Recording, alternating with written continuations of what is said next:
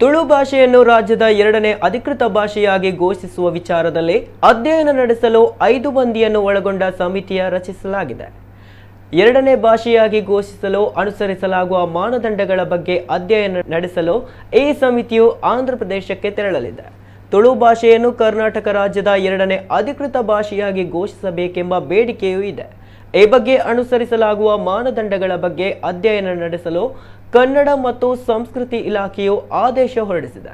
ಕನ್ನಡ ಮತ್ತು ಸಂಸ್ಕೃತಿ ಇಲಾಖೆಯ ನಿರ್ದೇಶಕಿ ಗಾಯತ್ರಿ ಕೆಎಂ ಅವರು ಸಮಿತಿಯ ಅಧ್ಯಕ್ಷರಾಗಿದ್ದಾರೆ.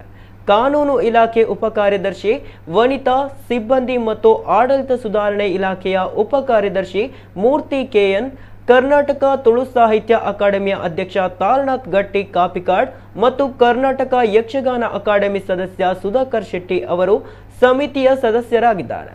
3 ತಿಂಗಳೊಳಗೆ ಅಧ್ಯಯನದ ವರದಿ ಸಲ್ಲಿಸಬೇಕು ಎಂದು ಆದೇಶದಲ್ಲಿ ತಿಳಿಸಲಾಗಿದೆ.